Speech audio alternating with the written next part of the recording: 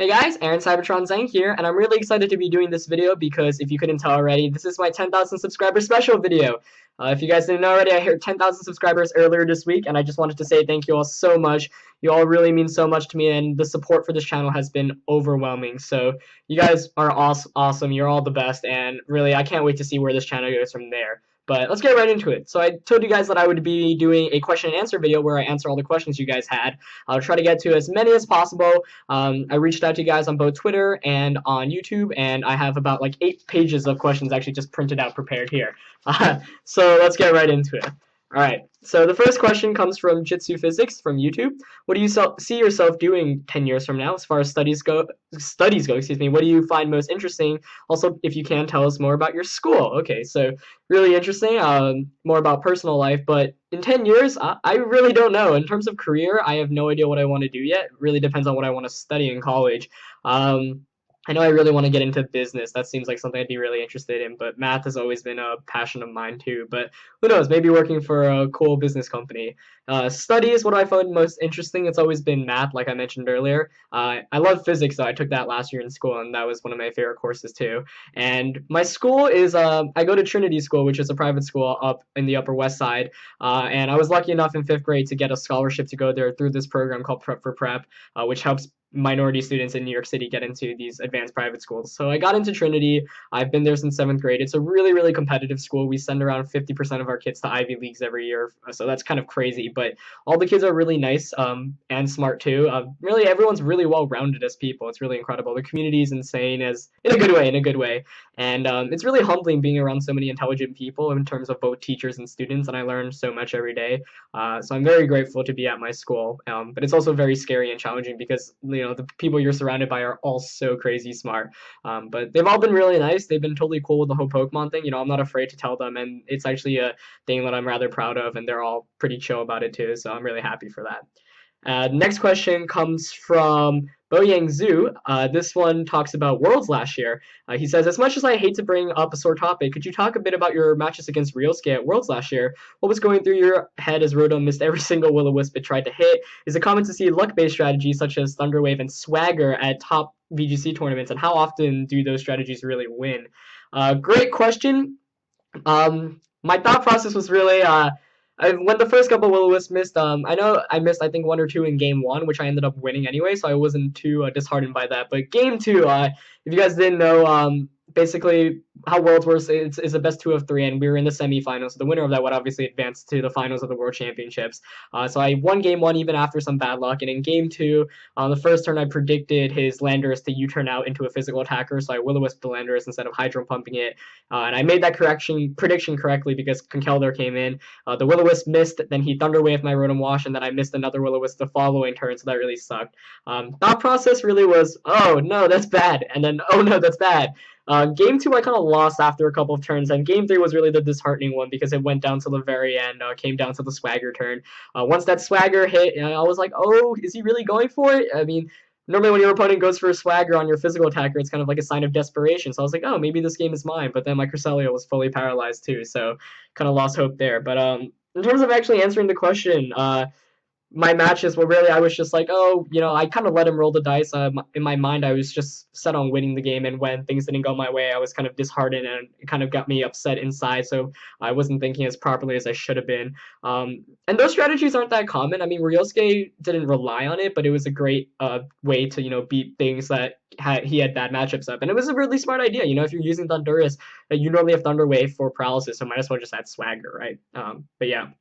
So the next question comes from Phantasmum24 from YouTube. He says, I have this question in mind. Have you done any hosting for a Pokemon competition, be it VGC or regular Pokemon competitions? Fortunately, I have not. I mean, being 16 years old and living in New York City, it's one, tough to come up with the money to hold grassroots tournaments, and 2, it's tough to find venues too because New York City is really expensive. But hoping to do that in the future, maybe when I get into college, we'll see. I really want to see VGC grow, and I know that we're all planning to hold more grassroots tournaments, and I know the Pokemon Company itself is starting to hold more local tournaments that actually count for Worlds. They're called Premier Challenges. They're actually a bunch around the country going on right now. You should check Pokemon.com to see if there are any around you. They're great local VGC events that even give out championship points for Worlds, so definitely check that out. Next question comes from Simply the Real. What do you plan on studying at university? And I've been thinking of getting into the Pokemon, but the Pokemon. But my time is limited. How time consuming is it to play Pokemon at a competitive level? For university, like I said earlier, probably something business or math related. We'll see. In terms of how time consuming it is, I think it's not that time consuming. I mean, it doesn't take me that much time to put a team together. But I think the most important thing right now in VGC is practice. So that does take a while. But I don't think it takes that long to get into it competitively. If you want to be the best, then obviously you have to dedicate more time into it. But if you just want to, play it, then at a competitive level, just knowing how things work can put you into that kind of realm. So the next question comes from $AKFX9 from YouTube. What other type of games do you play, and what consoles do you own? I play mainly Wii and PS3. Wii is like when I get together with some of my friends, we like to play those games like Mario Party, Mario Kart, Super Smash Bros. Is a huge one. But I own a PS3. I haven't played that many games for it, but my all-time favorite game that I've played, The Last of Us, is on the PS3. That game means so much to me. I really love it. I played that earlier this year, and I've never felt so many emotions from a single video game. If you guys don't know about that game, you should definitely check it out. It is incredible. The next question comes from CB Sengo Tuvo. Why don't you battle your brother and post a video? Your brother is actually the reason I even found you. Great question. We are planning on doing that. We've actually had a couple battles. I plan on uploading those soon. I'll probably get Brendan featured more in the channel too. If you guys don't know already, of course, Brendan is the 2013 world champion in the juniors division, so he's very good at Pokemon. And I'm sure I'm going to run into a later question about whether he's better or not, so we'll get into that later. The next question comes from Efrain Zuniga on YouTube. Just wanted to ask, how can I improve skill in VGC, or what can I do? I always seem to struggle with skill when it comes to playing VGC. Sometimes I make ridiculously obvious plays, which end up losing me the match. I'm not really sure whether this is based off luck or how competitive my opponent is. I mean, honestly, the best advice I can give you is just keep on practicing. I know that's kind of over cliched, but practice is really what gets you better. I think a lot of the times it's also when you practice, you kind of figure out what your best play is. Also, I don't like really using the terms over predicting or kind of 50-50 matchups just because a lot of the times your opponent, you have to give your opponent more credit than I think a lot of people do give them for in Pokemon. A lot of people like to kind of blame their mistakes on their opponent. Oh, my opponent didn't make the play I expected them to. What a noob or whatever.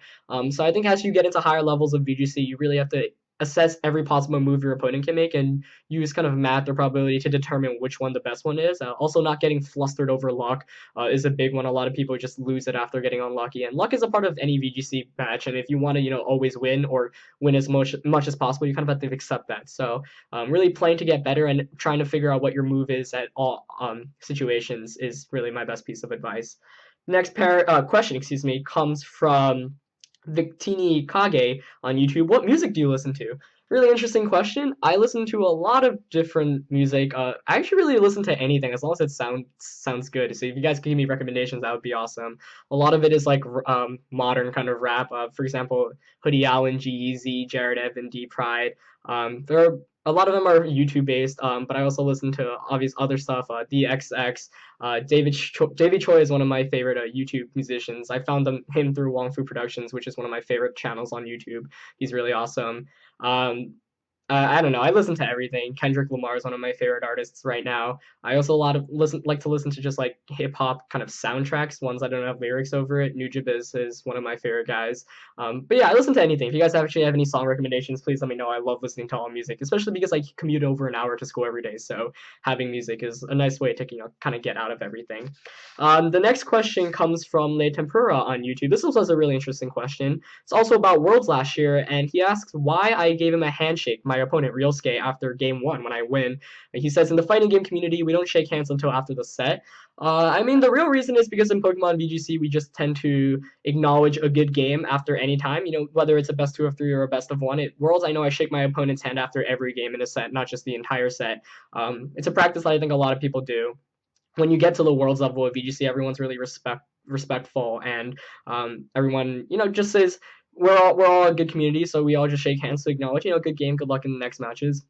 It's interesting that they don't do that in the fighting game community as much, but for Pokemon, I think it's specifically, I don't know, I always shake my opponent's hand whether it was actually a good game or not, just to acknowledge, thanks for the game, and in best 2 of 3s, good luck in the next couple of ones. But interesting question. The next question comes from Mayhem CT on YouTube. What comes to your mind when battling a player at your level? I mean, the first thing is always, oh wow, I'm kind of intimidated, but you know, he or she is equally as good as you. So stay focused and don't get flustered at any point of the match. Try to figure out what their play style is like, and you know, play from there. Next question comes from Joseph Friesen on YouTube. Um, so my question is, are you considering ever getting to the Smogon metagame? Would love to see some content on that. I definitely am planning on getting onto Smogon singles sometime soon. Just got to figure out when, but I do have a lot of, when I get more time, I think in the summer, I'm definitely going to be trying to get into singles. I'll probably be posting videos of it too, so stay tuned for that. Should be really, really exciting. Next video, excuse me, next video. Next question comes from Metal Mattress 4. Would you rather fight one Rapidash sized Psyduck or 100 Psyduck sized Rapidash? Probably one Rapidash sized Psyduck. Psyducks are pretty silly. The next question comes from Flyzone on YouTube. Congrats on 10K. Thank you. When did you realize you could actually be competitive enough to place well in nationals and worlds, and how did you react? You know, I've been playing VGC all the way since 2008. That's when the first VGC was, and I did well in my very first tournament. So right from the beginning, I was like, oh, I'm actually decent enough to, you know, place in these tournaments. But I never expected winning nationals in 2011 or 2012, and still getting third at Worlds last year is a dream come true. But I basically, to answer the question, I realized I could be competitive right from the start, and it was a very good reaction. Obviously, I was really surprised, but really happy to see where it could turn out. And I never thought, you know, I never thought back in 08 that I'd be, you know, the competitor I am now, how much Pokemon would be a part of my life. So it really means a lot. But yeah. Next question. Now we're moving on to actually no, one more YouTube question from Kosaki, excuse me. I might be pronouncing that wrong. Basically, it says Pokemon's a luck-based game. How do you deal with the fact that you can win or lose cash prizes on luck? I talked about luck earlier. I mean, obviously, Pokemon's a very luck-based game, but to be quite honest, out of any best 2 of 3 match I've had at Worlds, very few only depended on luck.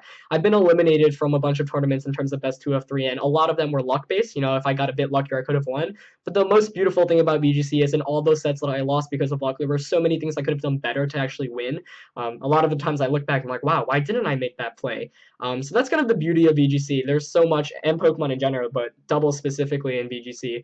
There are always so many better plays you can do, and it's frustrating. You know, I lost a couple of $1,000s worth of prizes last year at Worlds on, you know, you could call it luck, but honestly, to me, any loss I take, I use it to improve myself. I think people need to give the competitors more credit and give less luck credit because almost all the top matches we see, sure, there's a bit of luck here and there, but there are always better plays that people can make. So that's, I think, one of the important skills in trying to get better as a VGC competitor.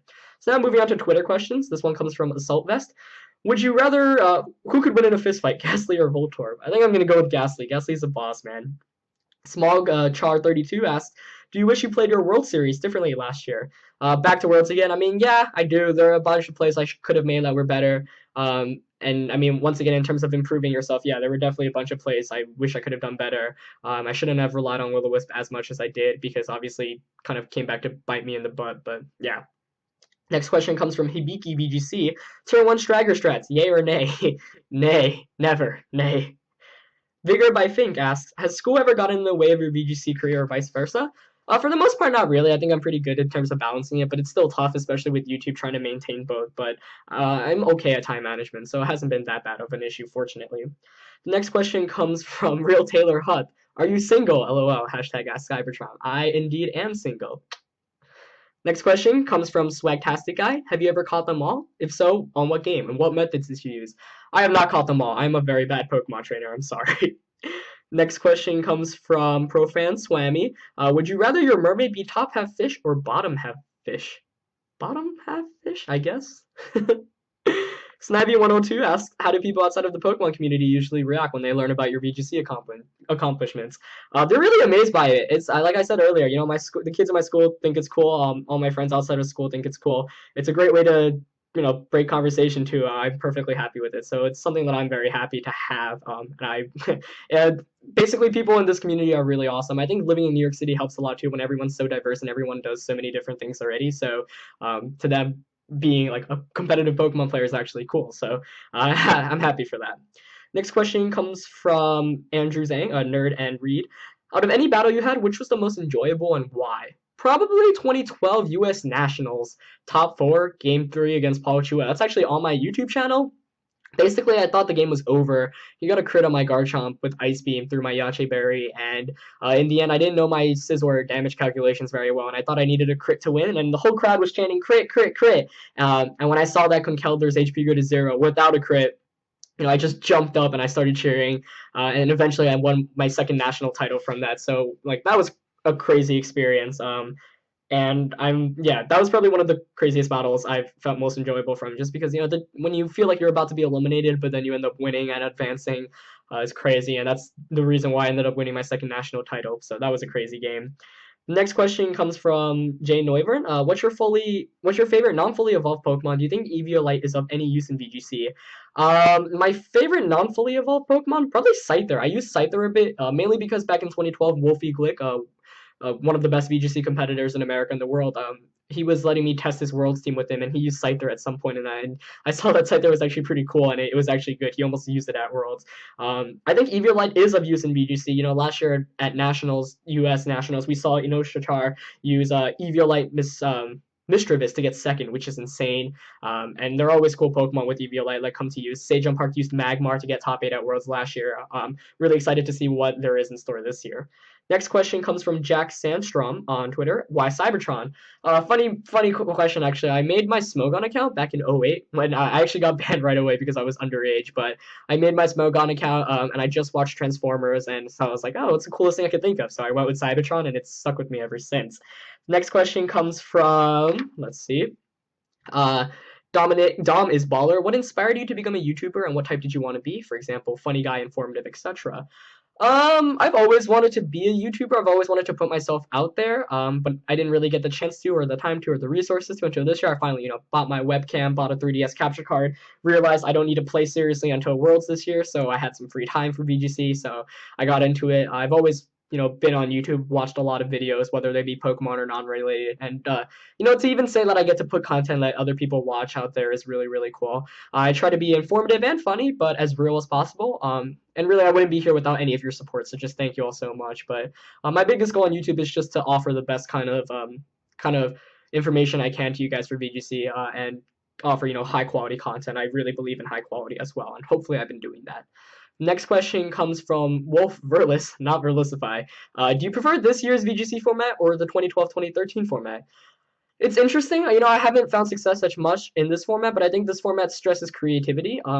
And I'm really excited to see where that takes me when it comes to Worlds, because obviously I'm going to spend some time building a team for that one. I'm sure I'm going to end up using some kind of crazy stuff, just because if you want to do Worlds, you generally have something that people don't expect. For each Worlds, there are always one or two kind of things that new strategies that we don't see very often that are introduced. So I'm excited to see what I come up with there. I like this year's format more, honestly, I think, but I'm still kind of frustrated because obviously I did a lot better last year, but we'll see where that goes. The next question, comes from Container Lid on Twitter. Are you aware you do the hair thing now that I have a problem with it? I do the hair thing, but yeah, I am aware that I do that. I do it very often, actually. The next question comes from Fur A Prods. This comes from Twitter. Do you think you would have beaten Arash Omadi if you hadn't got hacks to death? Really interesting question. I don't want to say yes, but I don't want to say no either. I think it would have been a really excellent matchup. I'm kind of boring answer. I think we both had really interesting things. I think my Cresselia was actually specifically built, to counter Amoonguss, and it had a great matchup against his Conkeldurr. I know he had Tornadus too. I had my own Heatran to beat a bunch of his stuff. I think I would have played it a lot better, to be quite honest, than Ryosuke did, because even though Ryosuke and I had similar teams, Ryosuke made some really silly plays that I really disagreed with, and for considering how similar our teams were, I was sitting there in the audience watching, and I was like, oh, that's frustrating. But no disrespect to Ryosuke. Obviously, I know he actually, at that point, he was just happy enough to be in the World's Finals, and he beat me, so obviously he's an excellent opponent. But I don't know, I think it would have been close between me and Arash, but I'm not sure who would have won. Next question comes from Colin Heyer. Who do you think will win U.S. Nationals? Funny, I think Colin Heyer is actually a top runner to win U.S. Nationals. If I had to put my money on anyone, though, it would be Wolfie Glick, just because he's not in the top 16 for championship points right now, so he needs a good finish to get an invite to Worlds, and Wolfie's won twice, so why not go with him one more time? Next question comes from Randy Qua. What will happen first, Babby winning Senior Worlds, or will you win Masters Worlds? I'm going to say me winning Masters Worlds. I'm going to try to do my best to win one time in the next 2 years so I can retire and be a commentator, since I'd love to commentate VGC events. It's been a dream of mine. But we'll see. Brendan has a great shot at winning, obviously. He's already doing really well in seniors. The next question comes from EonBlitz47YT. Where do you see yourself in the future now that you've hit 10,000 subscribers? Great question. I don't know. I just want this channel to grow. I want to see VGC growing. That's the most important thing to me. I want to still be able to interact with all of you. You know, obviously, I'd love to see this channel hit 100K subscribers. Getting that YouTube plaque would be sick. But I'm in it to help you guys, not really for the subscriber number. But you guys are all incredible. I honestly can't appreciate how much I love all your support, and you guys are really the best. So thanks for sticking with me all the way. And to answer the question, I don't know. Future, I just hope to see VGC grow and hope to see the channel continue growing. Next question comes from Nick Score VGC. Why can't you hit Will-O-Wisp? Anyway, the next question comes from Mr. Bobber96. Favorite Pokemon in the current metagame? Probably Aerodactyl. Aerodactyl has been one of my favorite Pokemon since the start, and it's gotten a lot of popularity too, seeing Sejong Park win Korean regionals with it. But I just love the versatility of it. Tailwind's such a good move, and yeah, I really love it. Finally, the last couple of questions. This one comes from Dark Nova, excuse me. How would you go about trying to identify a player's particular style in game? I find reads to be difficult.